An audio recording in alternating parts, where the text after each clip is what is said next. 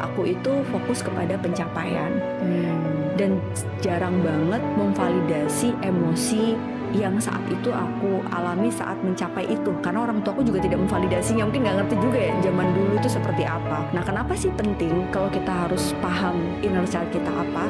Karena kalau enggak nih, kayak yang aku bilang tadi, aku membawa kebutuhanku di masa kecil yang fokus kepada pencapaian tanpa validasi emosi tadi, sampai akhirnya itu aku bawa kepada ekspektasi ke anak gitu.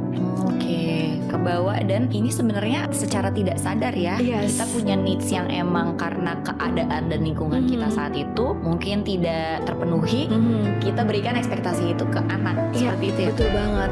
Ada juga nih cerita lain, misalnya aku sering ketemu di ruangan konseling, justru malah masa kecil yang selalu diapresiasi, yang selalu kebalikannya, kayak gitu, sampai akhirnya ketika dia dewasa kebutuhan itu nggak dia dapetin, dia ditolak, itu bisa serapuh itu gitu. Jadi kalau kita nggak sadar bahwa ini kebutuhanku atau kebutuhan anakku, karena kan beda era, beda orang, kalau misalnya kita membawa kebutuhan itu tidak sadar gitu ya, ya itu akan menjadi parenting yang nggak sehat gitu untuk anak kita.